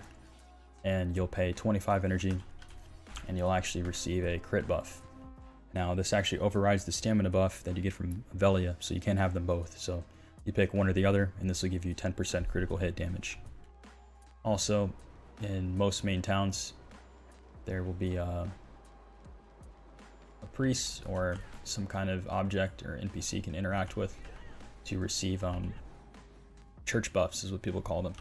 And you'll need gold for these gold bars, the 100k ones, and it's 5 of these 1g bars per buff you get. So we can take attack, protection, and experience, and these have 3 different tiers you can hit. So for the defense one, we can get 3 damage reduction with 50 HP, 5 damage reduction with 100 HP, or 8 damage reduction with 150 HP. Those are the 3 different combinations you can get. With the offensive one, we can get 3 accuracy with 3 AP, 5 accuracy with 5 AP, and 8 accuracy with 8 AP. And for the experienced one, we can get 5% skill and combat XP, 10% or 15% skill and combat XP. And these will all last for 120 minutes or 2 hours. There are also even more buffs you can get. So house buffs, or people call these. I think some of the best ones that you can run on Musa are the Muskin's Bloody Steel Helmet if you are an evasion build. Pretty much a late game build only. Maybe you'll use one of these. It gives you 20 evasion, which is actually a lot. It's what you get out of a Jin Harfia. Yeah, 20 evasion from that. The other one is the Goblin Chief Helmet. This is one that I'm using a lot nowadays. It gives you 20 accuracy. It is basically another Jin Viper. We look at Jin Vipers here, 20 accuracy. And these buffs all have 10 uses. So they cost a little bit amount of money, but you're not using them all the time. I kind of just pop these for Node Wars. And that's about it. And then one that I used to use a lot used to be the Calc Wings, which gives you 200 stamina for 2 hours. And this once again has 10 uses. So you buy one of these, you put them in your house, you can get the buff. If you want to check out more of these, they are under furniture, and then you're going to go to decoration, I believe. You can just filter them by price and look at the different kinds of house buffs you can get. Some of these are really hard to obtain, but there are some good ones out there, like All AP plus 15. That's a 42 million house buff.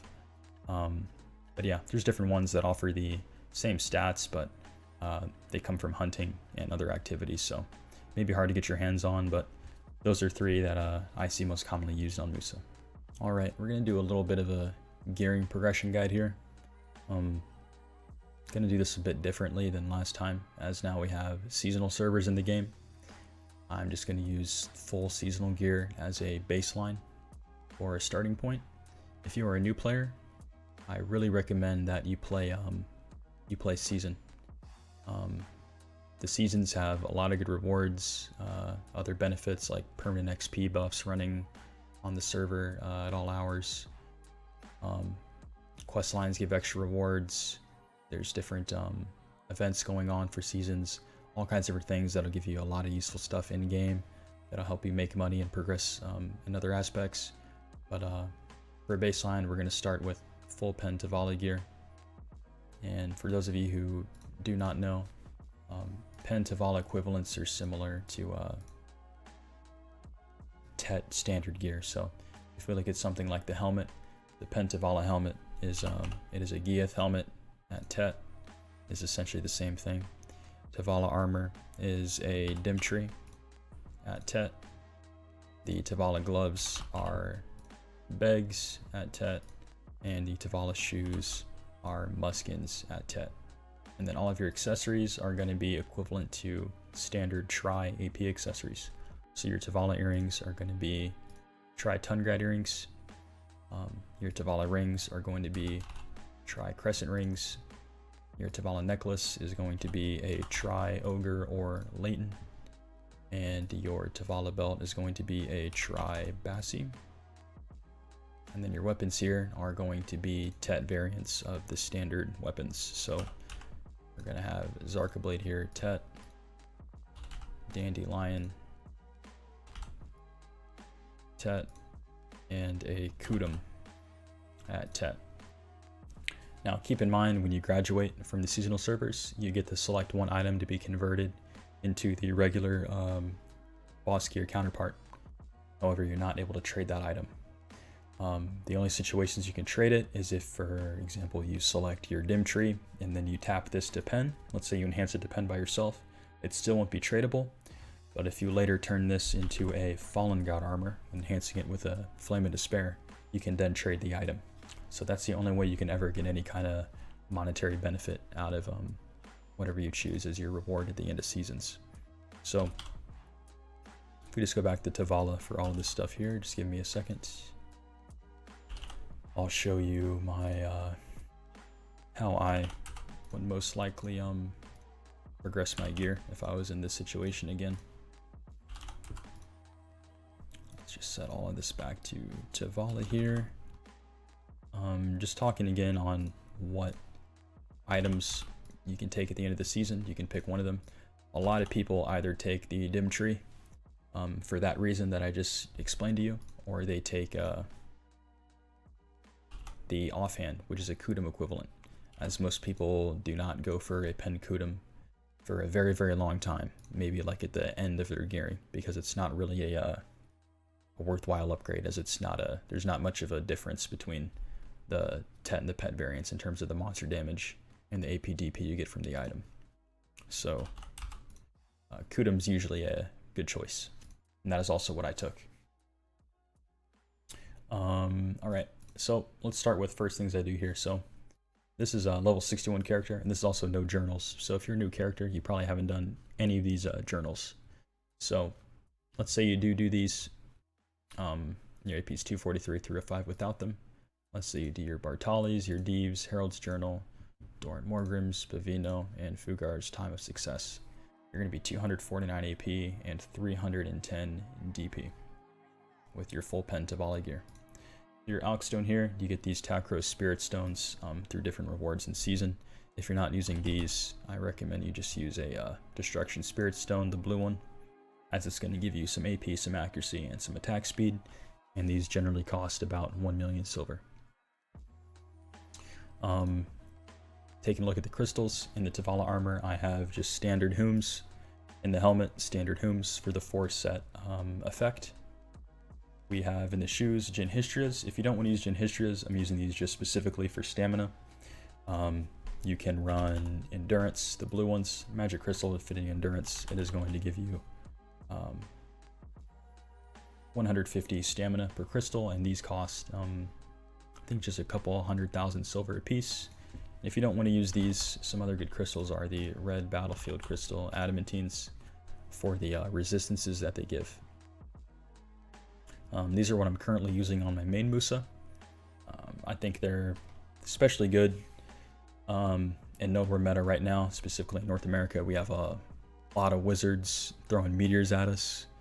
A lot of other classes that have a lot of crazy CCs, so avoiding a knockdown or a bound, stun stiffness, whatever it may be, just avoiding that CC can save your life in a lot of situations. Looking at our crystals here, I just have standard Han Hooms in the helmet here, with Hooms in the armor, 2 Jin Vipers in the Tavala gloves, 2 Corrupted Magic Crystals in the Hornbow, 2 Black Magic Crystal Precisions in the weapon, and I have Jin Hystrias in the shoes. So for alternatives, if you don't want to run these, I mean, you can run maybe Combine Hooms, or you can even run Makulas if you want to save money and get other set effects. And if you're grinding for XP early on too, you can use the Kedix Adventures. These will give you some HP, and 20% combat experience if you're using 2 of them.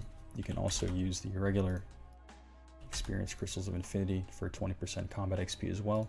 Different options. And the armor, if you don't want to run those, you can run these maybe. Not going to do much for you at this low of a gear level, but these are cheap and somewhat effective when you are getting hit by special attacks in PvP. You can also run stuff like the black magic crystals of vigor here, which are going to give you some HP and some resistances. You have some cheap options. And for gloves, you have, I don't believe it's the Viper, but it is, I think it's called Precision for the glove. Yeah. Black Magic Crystal Precision if you want to get some bit of accuracy, but don't quite want to put the money into your Tavala glove yet. It's going to give you 8 accuracy per crystal for a tremendously lower amount than what Jin Vipers are going to cost you. For your offhand as well, I think these corrupted magic crystals go for about 80 million on NA right now. You can just run the regular critical crystals as they give you the same exact thing. You just don't get the additional 2% critical hit damage from the set effect. So you can run those, the blue variants. I think they're like a mil a piece. In the main hand here, we're using Black Magic Crystal Precisions. You can run Elixirs, but these are, I believe, 330 million a piece in North America right now. So they are a lot of money just for another 4 accuracy. So that just comes down to how much money you have and what you feel like you need to put that money towards in the current time. Looking at our Alch stones here, we have the Destruction Stone, the Tacro Stone. This is the one you get from Season. You have the Vel's Heart alternative as well, but this costs billions, almost 10 bill. This gives you 3 AP. It's something we'll pick up later. Most of the time, you're just using the blue Destruction Stone, which is right here. The small benefit it gives and only costs about 1 million. So the first things I would work on at this point is I'll probably go for my pen weapon. Once I have these journals complete, all my Tavala is at pen. I probably want to aim for a pen dandy and get this probably to at least Kaffir's level 3. That's going to give me 259, and then I probably want to try to work on cheap accessories at Tet, which are going to give me more AP. So I'm going to pick this up, and depending on the season you do, you can get different rewards. The Pen Kaposha ring is a decent reward. It's 17 AP, which is equivalent to a Tet Crescent ring. Right now, these are hovering around 4 bill on NA. Pretty cheap to pick up. Shouldn't take you too long to try to farm these up. But getting 2 of these, along with a Tet Bassi belt like this, or a Pen Kaposha belt, which is another reward for seasons, that's going to give us a decent amount of AP here. You'll see that takes us to 268 with a Kudum.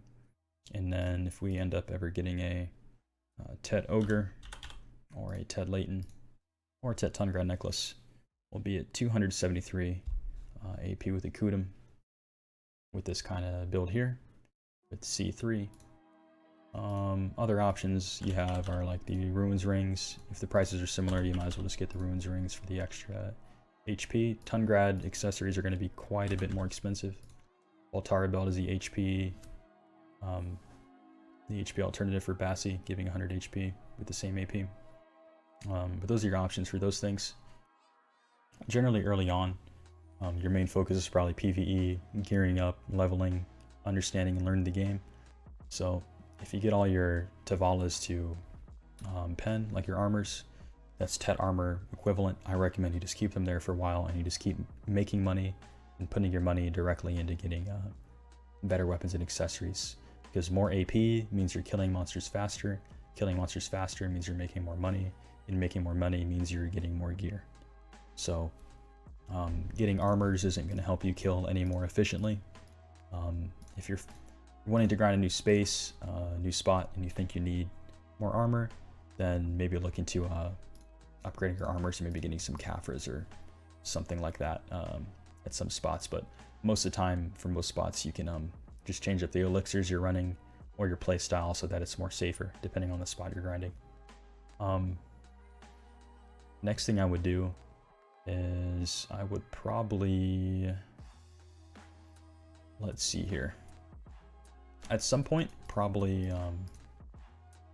while I'm working on these accessories, maybe before I get the Tet Ogre, you want to change these Tavalla shoes to Uragons, because the Muskins aren't really doing anything for us.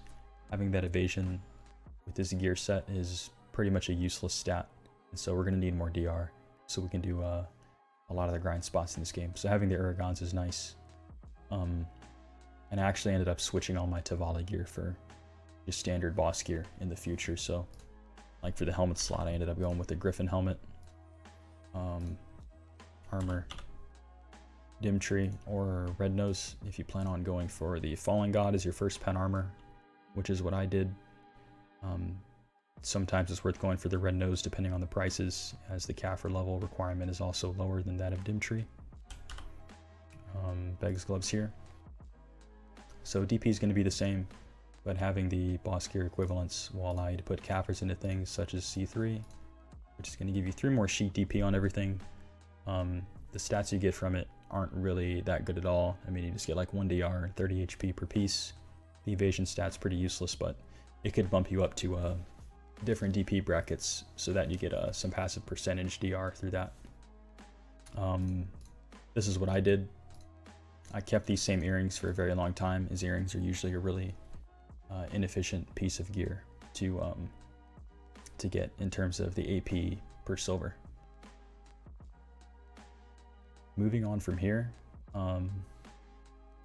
if you don't have your Nuver for PvP by now, you can have that, but you're going to have a Tet Nuver. You're going to want to run the same crystals in that, either the blue critical hits or the corrupted ones, and it's going to put you at 285 if you're at this point.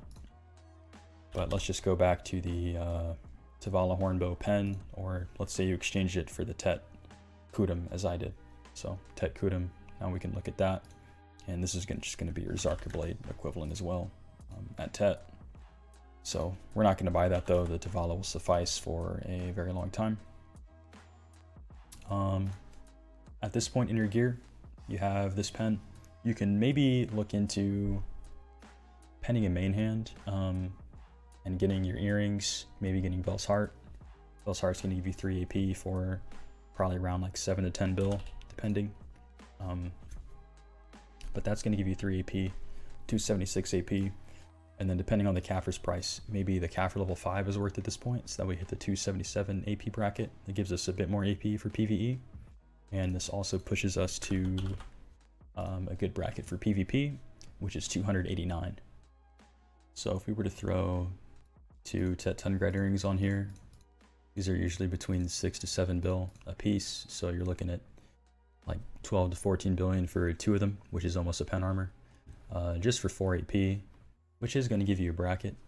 But even then, I'd stick to the brackets you're at without these, with just the Tavalla earrings, and I'd put that money towards working on your pen armors here. At this point, I believe I was grinding Turos, and I ended up getting my Flame of Despair. So I said, you know, why not? I'll start working towards my Fallen God. So I had a red nose actually. I ended up getting one of those because it was cheaper to Kaffir. So I got this to pen, and then I had to get it all the way up to C10. And then I had to use my Flame of Despair, and then enhance the Fallen God. And then I got this to duo, which is what most people keep it at for a long time. So this is what my gear was looking like with just the pen Crescent Blade. Still didn't get pen on either of my other weapons here. Eventually, I worked towards a pen Blackstar. Recommend, or not a pen Blackstar, Tet Blackstar, my bad. And let's fix up the crystals too. So let's say at this point now, you probably want to put some better crystals in here, maybe.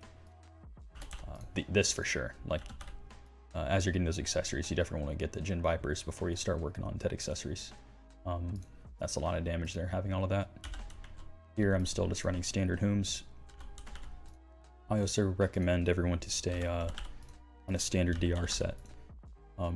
Going evasion nowadays is really hard, specifically because of a lot of the add-ons that are available to different classes, and the abundance of classes that have heavy evasion debuffs that are really present in PvP and Node Wars Siege nowadays. So you need a lot of gear for evasion to be viable. Running stuff like Heave, I really don't recommend. It's just a sheet gear score booster. And in order to have the equivalent DR you'd have from like a, I think a base Tet Griffin, I believe this needs to be Kaffir level 15 to be the same DR. So if you look over here, total damage reduction is 295. If you go back to the Griffin, Tet base is 294. So yeah, you need like a C15 or C14 heave just to have the same DR equivalent, and that's quite a lot of money, more than the Griffin. So just stick with your Griffin and then enhance that later on. I'm running Griffin over Geath nowadays just for the resistances. I find it to be more helpful than the 100 HP with the Geath, but if the prices are pretty far apart, usually Geath is quite a bit cheaper than Griffin. You can just get the Geath. It just comes down to if you rather have 100 health or 5% all these different resistances. In total, it's 20% resistance if you add it all together in terms of global resistance that you receive from it. So let's say these are all at C3. I think getting these to C3 is worth, it's less than 500 Kaffers a piece, I believe. And you end up getting 9 sheet DP for all pieces. You got the Tet Blackstar now. I recommend this over every other main hand if you're playing Awakening. At least at this kind of state. Maybe way later on, it's worth you going for a Zarka and getting it to pen and then getting a lot of Kaffir levels on it so that you can get more of the accuracy and shared benefit from your main hand, or even a pen Blackstar way down the line. But that's really far out of reach at this point. So this is getting a little bit closer to my gear. At this point here with the Duo Fallen God, I did end up picking up earrings finally. I went with 2 ton grade earrings so that I could hit these brackets 293 with the Tet Nuver and 281 with Kudum. 281 with Kudum allows me to do all the new Hadum spots, Sakraya, Hystria, Starzen, Turos, you name it. You can do pretty much all PvE content that you want to, besides like Olins and crazy stuff like that. But you can do a lot on your own with this gear. Even without the earrings, you don't need those to do everything I mentioned there too. You can get away with messing around there and doing well in PvE. Okay, so with the Corrupted Crystals back into the Kudum here, at this point, I would work on my pen armors. Most people recommend that you pick up a pen armor, you get the Kaffir level 9, as you get 1 DP per level, as you can see here. Go from like 1, 1, 1, 1, 1, all the way up to 9. We get a DP per level. And once you get to that point, you just go to your next pen armor, you pen it, take it all the way up to Kaffir level 9 and get all those free sheet DP stats.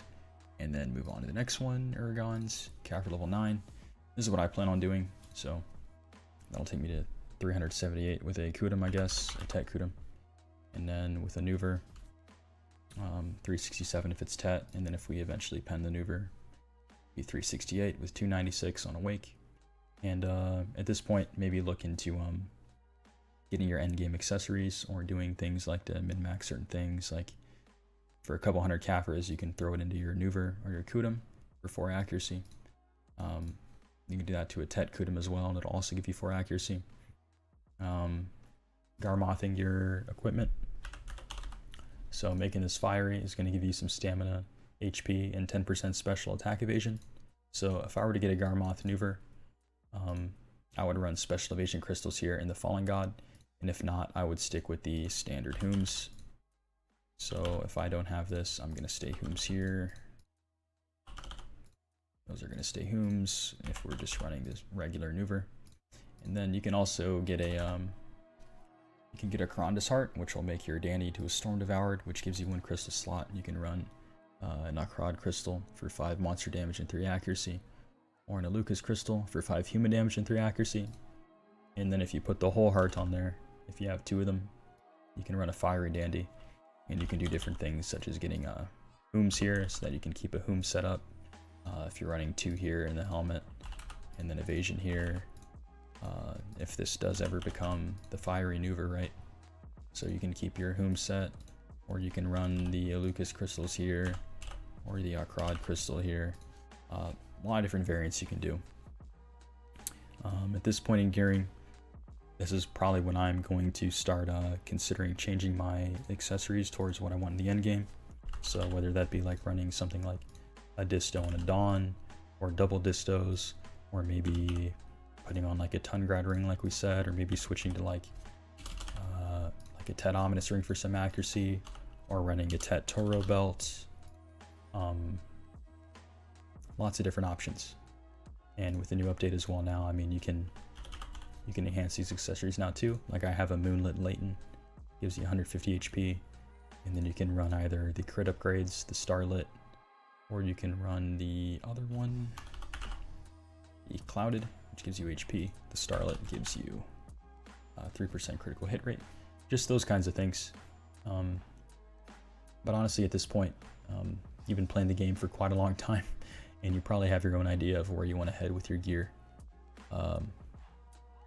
This looks kind of messy right now, but if we're just looking back at the old accessories I had, just the Tungrads with the Voltara belt, the Ruins rings, and the C9 armors, you can maybe consider looking into potentially trying out an evasion build, but I think I'm personally going to stay away from it and just strictly run like standard DR stuff.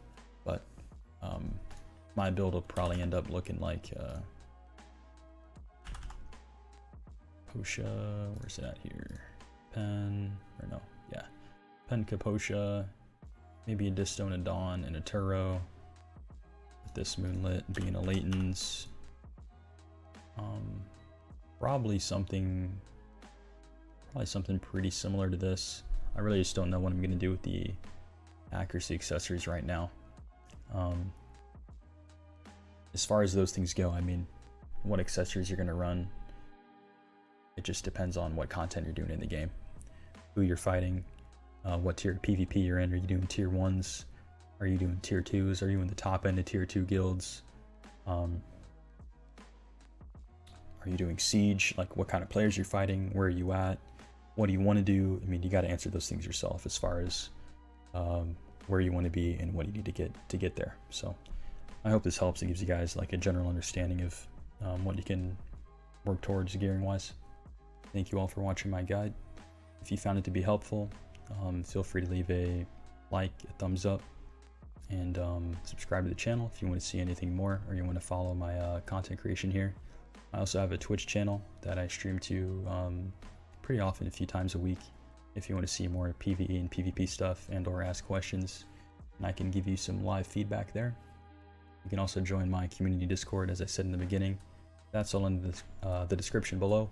So if you need anything else, I mean, just leave comments, and there's multiple ways to reach out to me if you need help with anything. So I hope this is a helpful tool for you guys to learn and maybe pick up on some things you didn't know of before. And good luck on your journey as a Musa player.